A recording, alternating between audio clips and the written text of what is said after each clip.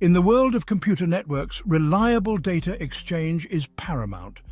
This is where TCP, or Transmission Control Protocol, takes center stage.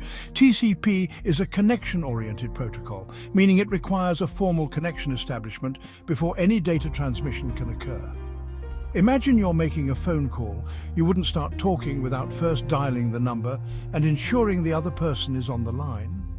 Similarly, TCP employs a three-way handshake to establish a reliable connection between two devices.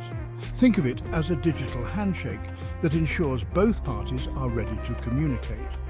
This process is crucial for various reasons, primarily for its role in resource reservation.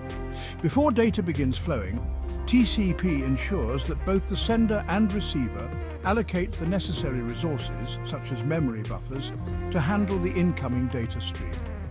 This pre-allocation prevents data loss and ensures a smooth and efficient transfer process. Without this initial handshake, data packets could arrive at a receiver unprepared for the influx, leading to drop packets and an unreliable connection. Before diving into the intricacies of the three-way handshake, let's understand why establishing a connection is so important. In the realm of networking, resources are finite. Both the sender and receiver have limited memory, processing power, and network bandwidth. Establishing a connection allows both parties to allocate the necessary resources to handle the upcoming data transfer. Imagine sending a large file without first establishing a connection. The receiver, caught off guard, might not have enough free memory to store the incoming data, leading to data loss. The three-way handshake acts as a preliminary agreement, ensuring a smoother and more reliable data exchange. The three-way handshake begins with the sender, also known as the client, initiating the connection. The sender sends a special packet called a SYN packet, short for synchronization packet. This packet is like a digital hello that signals the sender's intent to establish a connection with the receiver. This initial packet contains important information that lays the groundwork for the connection. It includes a randomly generated sequence number acting as a starting point for the data stream. Think of it as a unique identifier for each packet exchange. The SYN packet also sets the SYN flag to 1, indicating that this is a connection request. This flag acts as a signal, clearly communicating the sender's intention to establish a connection. Section 4. Deciphering the SYN packet. The SYN packet carries more than just a greeting. It also conveys the sender's proposed parameters for the connection. Two crucial parameters included in the SYN packet are the maximum segment size, or MSS, and the window size.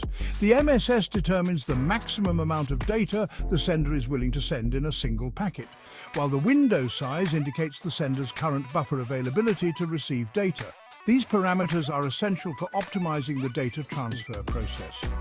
By negotiating the MSS, both parties agree on a packet size that efficiently utilizes the network's capacity. The window size, on the other hand, allows the receiver to control the flow of data, preventing the sender from overwhelming it with too much information at once. Section 5. The receiver's response, acknowledging the request. Upon receiving the SYN packet, the receiver, also known as the server, processes the request and responds with its own SYN-ACK packet, a synchronization acknowledgement packet. This packet serves two primary purposes: acknowledging the sender's connection request and proposing its own parameters for the connection. The SYN-ACK packet also includes a sequence number randomly generated by the receiver and sets both the SYN and ATA flags to 1.